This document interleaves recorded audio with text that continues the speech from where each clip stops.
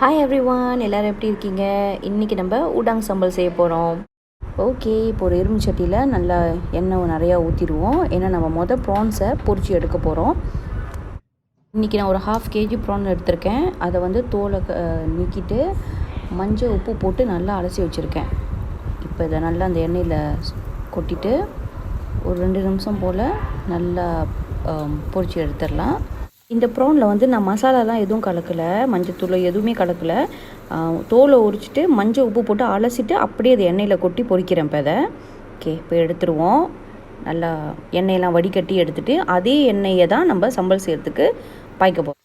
இப்போ சம்பல் செய்கிறதுக்கு 2 பெரிய வெங்காயத்தை சின்ன சின்னதாக நறுக்கி வச்சுருக்கேன். அதை இதே எண்ணெயில் கொட்டி நல்லா வதக்கி விட்டுறலாம்.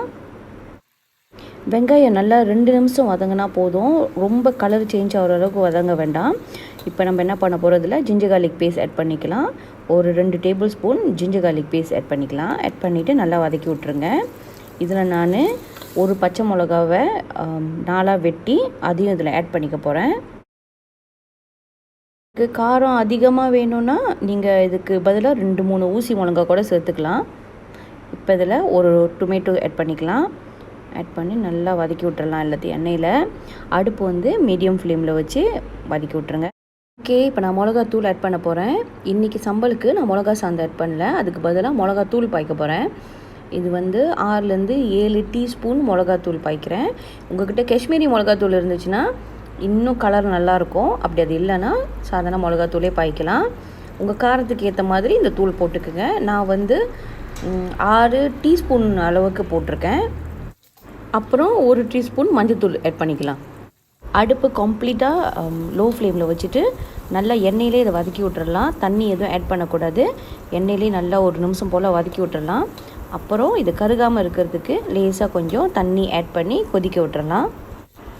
ஓகே, நல்லா வதக்கி விட்டாச்சு. இப்போ நம்ம தண்ணி ஆட் பண்ணலாம். ஒரு 1/2 கப் தண்ணி இதில் ஆட் பண்ணி நல்லா கிண்டி விட்ருங்க. இப்போ அடுப்பை மீடியம் ஃப்ளேமில் வச்சுக்கோங்க. வச்சுட்டு நல்லா அதை கொதிக்கிற வரைக்கும் கிண்டி விட்ருங்க. இன்றைக்கி நம்ம சம்பலில் இன்னொரு ஐட்டம் சேர்க்க போகிறோம். அது என்னன்னா சில்லி சாஸ். சில்லி சாஸ் நான் வீட்டில் எப்பயுமே மெக்டானல்ட், KFC வாங்கினேன்னா அதில் அந்த பேக்கெட்டில் சில்லி இருக்கும்ல, அந்த சாஸ் நான் எப்பயுமே எடுத்து வச்சுருந்துருப்பேன். இன்றைக்கி நான் அந்த சாஸ் தான் பாய்க்க போகிறேன். லேஸாக அதில் ஆட் பண்ணிக்கலாம், ஒரு 2 பேக்கெட் போல். இதுக்கு பதிலாக உங்கள்கிட்ட வேறு சில்லி சாஸ் இருந்தால் கூட நீங்கள் ஆட் பண்ணிக்கலாம். நான் அதை சேர்த்து வச்சுருப்பேன், அதனால் அதை நான் ஆட் பண்ணிக்கிறேன். நல்லா அந்த மாதிரி இதில் ஆட் பண்ணிவிட்டு நல்லா கிண்டி விட்டுருங்க. அடுப்பு மீடியம் ஃப்ளேம்லேயே வச்சு கிண்டி விட்டுருங்க.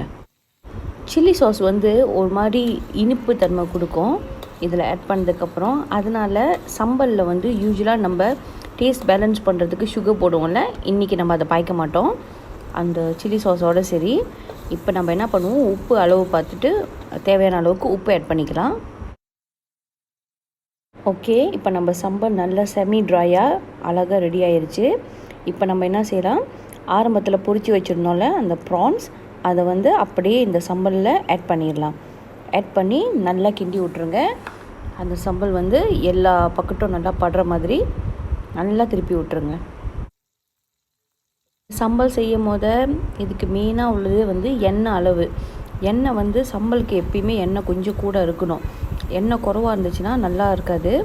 ஏன்னா சம்பல் நம்ம ரொம்ப நேரம் வேக வைக்கிறனால எண்ணெய் கொஞ்சம் லேசாக கூட இருந்தால் சம்பலுக்கு நல்லது. ஓகே, ஆல்மோஸ்ட் ரெடி ஆயிடுச்சு. நம்ம என்ன பண்ண போகிறோம், லேசாக கொத்தமல்லி கொஞ்சம் கட் பண்ணி இதில் ஆட் பண்ணிக்கலாம். அதோடு அடுப்பு ஆஃப் பண்ணிடலாம். முடிஞ்சிருச்சு. இதை நீங்களும் வீட்டில் ட்ரை பண்ணி பார்த்துட்டு எப்படி இருந்துச்சுன்னு கமெண்ட் பண்ணுங்கள். வேறு ஒரு வீடியோவில் பார்க்கலாம். பாய்.